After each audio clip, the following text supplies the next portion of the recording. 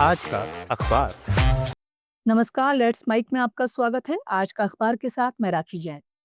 यहाँ हम देश दुनिया के सबसे बड़े और विश्वसनीय अखबारों से चुनते हैं वो रिपोर्ट्स जो सिर्फ खबर नहीं, आपकी समझ और सोच को गहराई देती हैं।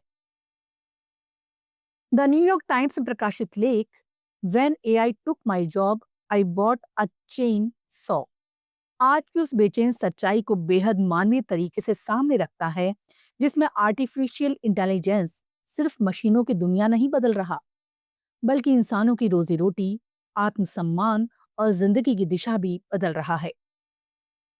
लेखक, जो वर्षों से कॉपीराइटर के रूप में काम कर रहे थे, बताते हैं कि पहले उनका काम विदेशों में सस्ते ठेकेदारों के हाथ गया और फिर सीधे एआई ने निगल लिया।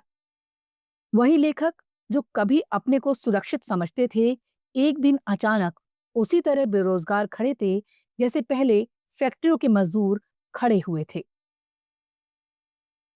लेख का सबसे असरदार मोड़ तब आता है जब लेखक अपनी आर्थिक चिंता में एक चैटबॉट से सलाह लेते हैं और वही मशीन जो उनका काम छीन चुकी थी, उन्हें पेड़ों की कटाई का धंधा अपनाने की सलाह देती है। लेखक सच में चैनसॉ खरीदते हैं, घर घर जाकर काम मांगते हैं। कुछ समय के लिए उन्हें राहत भी मिलती है।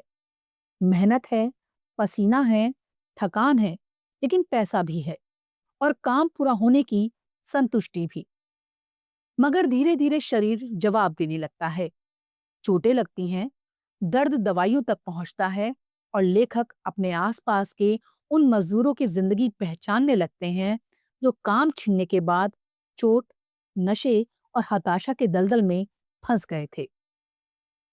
इस लेख के जरिए न्यूयॉर्क टाइम्स असल में इस सवाल उठाता है कि एआई सिर्फ नौकरियां नहीं छीन रहा, वो पूरे समाज की स्थिरता को हिला रहा है।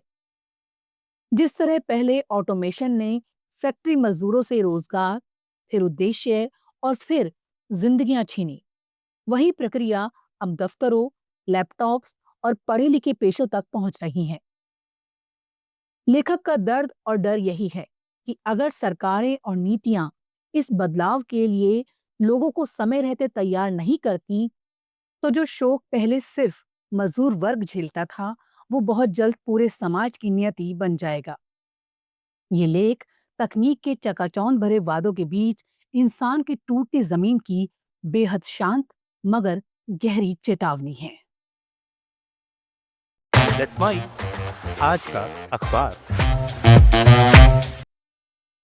द गार्जियन में प्रकाशित लेख need cheering up after a terrible year, I may have just the story you are looking for में मार्टिन कैटल एक छोटी सी घटना के सहारे आज के दौर की बड़ी मानसिकता पर बात करते हैं।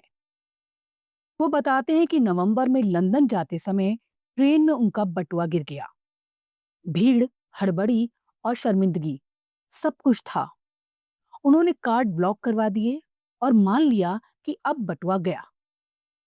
लेकिन कुछ घंटों बाद उन्हें एक महिला, नातालिया का ईमेल मिला। उसने उनका बटुआ ट्रेन में पाया, पहचान देखी, द गार्जियन के दफ्तर जाकर खुद जमा कर दिया। पूरा का पूरा, पैसे और कार्ड सब सुरक्षित।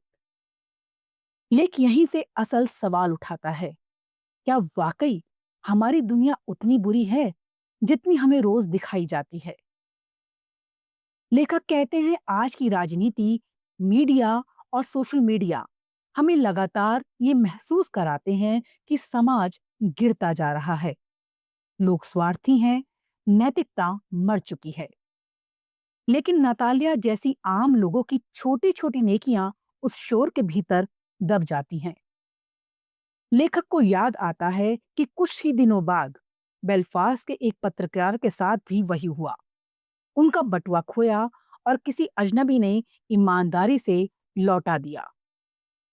मार्टिन कैटल कहते हैं कि हमारा मीडिया बुराई की खबरें जितनी तेजी से फैलाता है, कि अच्छाई हमें अपवाद लगने लगती है। जैसे एनएचएस, ब्रिटेन की स्वास्थ्य सेवा को लेकर लोगों की राय, अखबारों में संकट ही संकट, लेकिन आम लोगों का निजी अनुभव ज्यादातर अच्छा है। यह अंतर हमें सिखाता है कि हम अक्सर पूरे समाज को कुछ नकारात्मक सुर्खियों से जज कर लेते हैं। लेख का संदेश सीधा है, हो सकता है हम जितना सोचते हैं समाज उससे बेहतर हो सकता है लोग अब भी सभ्य, दयालु और जिम्मेदार हों, और शायद हमें लगातार गुस्से, डर और निराशा में जीने की बजाय इन छोटी-छोटी अच्छी घटनाओं को भी जगह देनी चाहिए।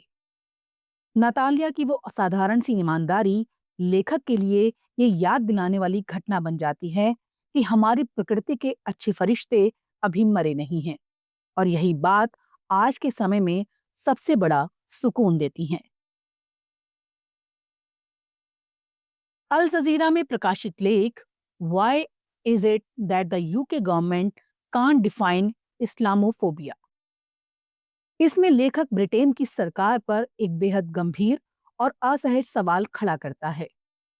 जब ये देश यहूदी विरोधी नफरत की परिभाषा तय कर सकता है, तो मुसलमानों के खिलाफ नफरत यानी इस्लामोफोबिया को परिभाषित करने से क्यों डर रहा है। लेख बताता है कि फरवरी में ब्रिटिश सरकार ने एंटी मुस्लिम हेट्रेड इस्लामोफोबिया की परिभाषा तय करने के लिए एक कार्य समूह बनाया था, लेकिन दक्षिणपंथी सांसदों और समूहों के दबाव में सरकार पीछे हट गई। अब जो मसौदा सामने आया है उसमें इस्लामोफोबिया शब्द ही नहीं है, उसकी जगह एंटी मुस्लिम हॉस्टिलिटी जैसा हल्का शब्द इस्तेमाल किया गया है। लेखक इसे न केवल कमजोर बल्कि खतरनाक कहता है, क्योंकि मुसलमानों के खिलाफ नफरत की जड़ में अक्सर इस्लाम के प्रति घृणा ही होती है। लेख संदर्भ देता है कि ब्रिटेन में मुसलमानों पर हमले तेजी से बढ़े हैं। 2023 से 2025 के बीच हमलों में लगातार उछाल आया, मस्जिदों पर हमले हुए, आगजनी हुई और कई बार सामूहिक हिंसा देखने को मिली। इसके बावजूद सरकार इस्लामोफोबिया को नाम देने से बच रही है। लेखक साफ कहता है कि ये चुप्पी खुद एक तरह की राजनीतिक विफलता और नैतिक कायरता है। लेख ऐतिहासिक पृष्ठभूमि समझाता है कि पश्चिमी देशों में सदियों से इस्लाम को एक खतरा, हिंसक धर्म और षड्यंत्रकारी ताकत के रूप में पेश किया गया है। चाहे वो मध्य युग हो, औपनिवेशिक दौर हो या आज का वार ऑन टेरर, यही सोच आज मुसलमानों को आतंकवादी, महिलाओं का उत्पीड़क और समाज के लिए खतरा बताने वाली घृणा को जन्म देती है। अगर सरकार ये कहती है कि आप इस्लाम का अपमान करने के लिए स्वतंत्र हैं, तो वो असल में मुसलमानों के खिलाफ नस्लवादी नफरत को वैधता दे रही है। क्योंकि इतिहास में यहूदी विरोध और यहूदी धर्म के प्रति घृणा अलग अलग कभी रही ही नहीं, वैसे ही मुसलमानों के खिलाफ नफरत और इस्लाम के प्रति घृणा अलग नहीं की जा सकती।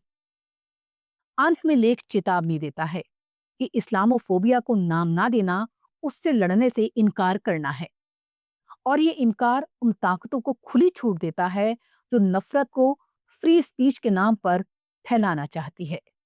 यानी ये लेख ब्रिटिश सरकार से सिर्फ एक शब्द नहीं, बल्कि ईमानदारी, नैतिक साहस और बराबरी की राजनीति की मांग कर रहा है। आज का अखबार में फिलहाल इतना ही। देखते रहिए, सुनते रहिए लेट्स माइक। नमस्कार। आप सुन रहे थे let's mike more than radio.